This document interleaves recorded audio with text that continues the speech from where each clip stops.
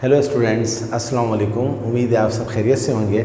Students, हमने first year mathematics के last lecture में 10 इयर्स के एमसीक्यूज़ की 2018 के एमसीक्यूज़ किए थे। तो आज हम करने के लिए जा रहे हैं 2017 के एमसीक्यूज़। तो देखते हैं कि किस तरह के एमसीक्यूज़ आए थे 2017 में।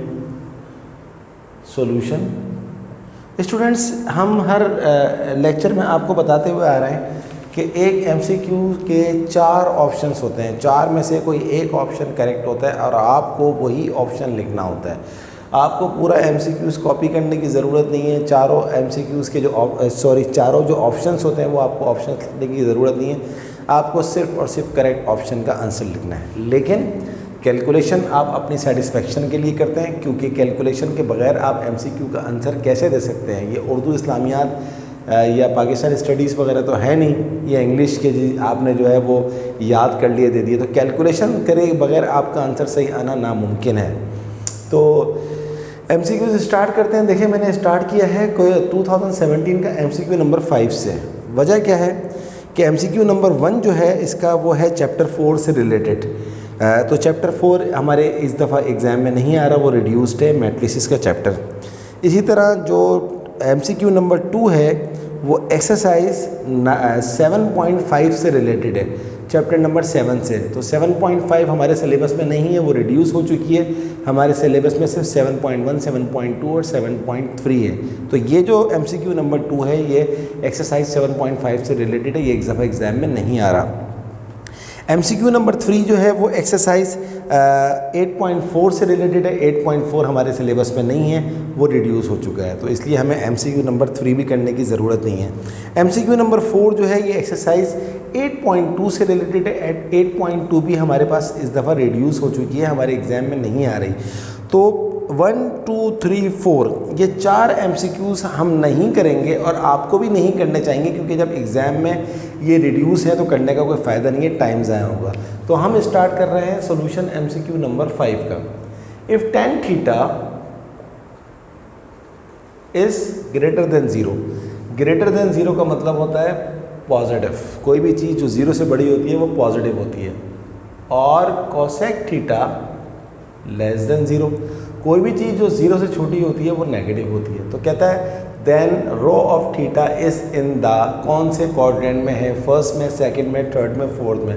तो ये बात जब मैंने लेक्चर्स अपलोड किए थे तो बताया था कि ये आपका होता है फर्स्ट क्वाड्रेंट और ये वाला होता है आपका सेकंड क्वाड्रेंट, ये वाला होता है आपका थर्ड क्वाड्रेंट, ये वाला होता है फोर्थ क्वाड्रेंट। वैसे तो सिलेबस में ये भी रिड्यूस है, लेकिन इस तरह की चीज़ एग्ज़ाम में पूछ ली जाती है तो इसलिए आसान है, तो कर लीजिए इसको। तो फर्स्ट क्वाड्रेंट में जो होते हैं सारे ट्रिग्नोमेट्रिक फंक्शंस जो होते हैं वो पॉजिटिव होते हैं। सेकंड क्वाड्रेंट के अंदर जो होता है वो साइन और कॉसेक जो होता है वो पॉजिटिव होता है, बाकी सारे नेगेटिव होते हैं। थर्ड क्वाड्रेंट के अंदर जो होता है वो टेन और कॉड जो होता है वो पॉजिटिव होता है, बाकी सारे नेगेटिव होते हैं। और फोर्थ क्वाड्रेंट के अंदर जो होता है वो कॉस और सेक जो होता है वो पॉजिटिव होता है, बाकी सारे नेगेटिव होते हैं। तो आप देख लें ये किस में सेट हो रहा है। ऐसी जगह जहाँ पर 10 पॉजिटिव हो और कॉसेक जो है वो नेगेटिव हो, वो कौन सा है? डेफिनेटली वो थर्ड क्वाड्रेंट है, क्योंकि 10 और कॉड जो है वो पॉजिटिव होते हैं और बाकी सारे नेगेटिव होते हैं। तो इसका जो आंसर आएगा पार्ट नंबर 5 का, थीटा इज़ इन द, तो आपने चूज़ करना है ये वाला option, third quadrant. So the third quadrant is our correct answer. Option में थर्ड क्वाड्रेंट कहाँ लिखा हुआ है? ऑप्शन में पहला लिखा हुआ है फर्स्ट क्वाड्रेंट, ये गलत है। दूसरा लिखा हुआ है सेकंड क्वाड्रेंट, ये भी गलत है। तीसरा ऑप्शन थर्ड क्वाड्रेंट, ये 100% करेक्ट है। ये बात मैं पहले भी बता चुका हूँ कि जब आप एमसीक्यूज़ कर रहे हों तो आपके पास जो है वो 10 इयर्स आपके सामने होना चाहिए, क्योंकि मैं ऑप्शन नहीं लिख रहा, ऑप्शन आपको जो है उसमें देख लीजिएगा। सही है स्टूडेंट्स? अच्छा जी, अब हम करते हैं 6, MCQ number 6। 1 - 2 sine square theta upon 2 is equals to what? इसके लिए हमें हाफ एंगल के फॉर्मूले अगर याद होंगे तो हम ये एमसीक्यूज़ कर सकते हैं। हाफ एंगल का फॉर्मूला होता है sine theta upon 2 is equals to 1 - cos theta upon 2 का होल स्क्वायर रूट। अब देखिए, सोल्यूशन के बगैर इसका आंसर आ ही नहीं सकता। अब आप दोनों तरफ स्क्वायरिंग कर लें, स्क्वायरिंग बोथ साइड कर लें, यहाँ पर भी स्क्वायर कर लें और यहाँ पर भी स्क्वायर कर लें। तो जब ये स्क्वायर यहाँ लगेगा तो ये हो जाएगा sine square theta upon 2 is equal to square से रूट कैंसिल हो जाएगा, यहाँ पर आ जाएगा 1 माइनस कॉस थीटा अपॉन 2 यहाँ पर डिवाइड हो रहा है, वहाँ ले जाके मल्टीप्लाई करते हैं, ये हो जाएगा 2 साइन स्क्वायर थीटा अपॉन 2, यहाँ पर बचेगा 1 minus cos theta. Cos theta को वहाँ ले जाए तो पॉजिटिव हो जाएगा नेगेटिव से, और इसको यहाँ ले जाए तो ये 1 में से माइनस हो जाएगा, 1 minus 2 sine square theta upon 2। तो देखने में आपको नजर आ गया होगा कि 1 माइनस 2 साइन स्क्वायर थीटा किसके बराबर होता है, क्या लिखा हुआ है लेफ्ट हैंड साइड के ऊपर, cos theta. So the cos theta is our correct answer. कौन सा ऑप्शन करेक्ट है इसका? पहला ऑप्शन है साइन थीटा बिल्कुल गलत है, दूसरा ऑप्शन है cos theta 100% correct. So cos theta is the correct option. ये 6 था। अब हम करते हैं अगला। 6 के बाद देखें 7 में क्या लिखा हुआ है, the number of elements in the set A, इसको इस तरह पढ़ते हैं, x such that x belongs to z, और x का जो वैल्यू दिया हुआ है वो -1 से लेकर 5 तक दिया हुआ है, और कहता है z क्या है, सेट ऑफ इंटीजर्स। इंटीजर्स क्या होते हैं, सारे पॉजिटिव नंबर, सारे नेगेटिव नंबर इंक्लूडिंग 0। तो अगर आप सेट लिखें x जो है वो greater than and equals to और less than and equals to, greater than and equals to -1 है, less than and equal to 5 है। तो इंटीजर्स को आप जानते हैं कि इंटीजर्स में अगर आप इसको यहाँ से शुरू करेंगे -1, तो -1 के बाद अगली चीज़ क्या आ जाएगी, 0, क्योंकि z जो है वो इंटीजर है, यहाँ उसने आपको बता दिया where z is the set of integers. तो 0 के बाद 1 आएगा, फिर 2 आएगा, फिर 3 आएगा, फिर 4 आएगा, फिर 5 आएगा। तो 5 तक जाना है। तो नंबर ऑफ एलिमेंट्स उसने आपने मांगे, तो आप इन सबको टोटल कर दीजिए, 1 2 3 4 5 6 7। तो टोटल आपके पास 7 एलिमेंट्स हैं इस सेट के अंदर।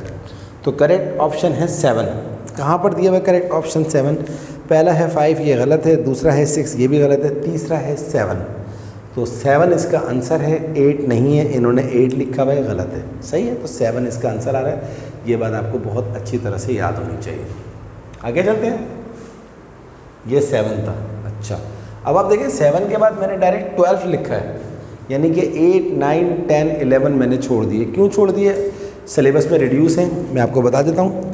8 जो है वो मैट्रिसेस से रिलेटेड है, चैप्टर नंबर 4, ये रिड्यूस्ड है, 8 छोड़ दीजिए।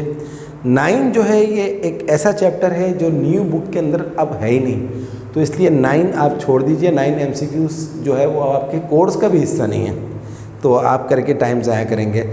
10 जो है MCQs ये एक्सरसाइज 12.5 से रिलेटेड है, 12.5 आपके सिलेबस का हिस्सा नहीं है, तो आप नहीं करिएगा।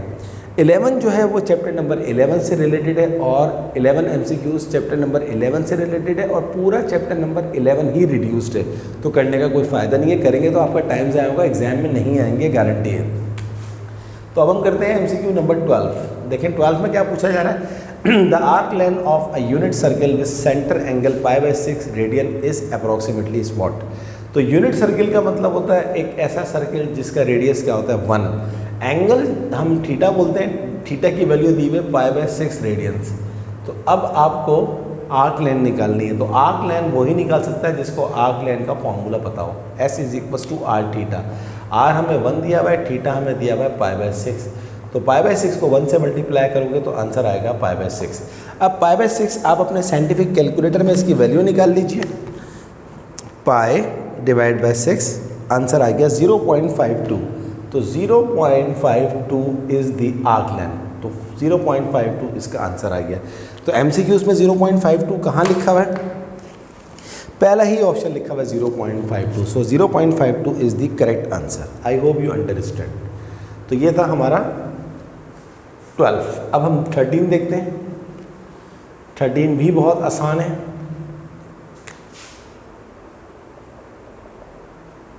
13 में लिखा हुआ है द वैल्यू ऑफ 1 + ω² की पावर क्यूब। ये एक्सरसाइज 3.3 का कॉन्सेप्ट है। इसको करने के लिए हमें एक फॉर्मूला पता होना चाहिए कि हम जानते हैं कि एक प्रॉपर्टी है 1 + ω + ω² बराबर है 0। तो अगर आप यहाँ से अगर आप यहाँ से 1 + ω² की वैल्यू निकाल लें तो आप ओमेगा को वहाँ भेज देंगे तो ये हो जाएगा -ω।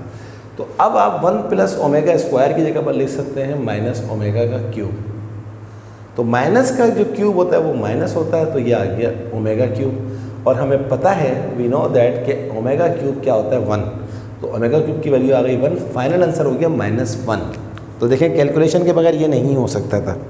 तो इसमें पहला ऑप्शन है 1, ये गलत है, दूसरा ऑप्शन है ओमेगा, ये भी गलत है, तीसरा ऑप्शन है -1, 100% करेक्ट। सही है जनाब। अब हम करते हैं MCQ नंबर 14।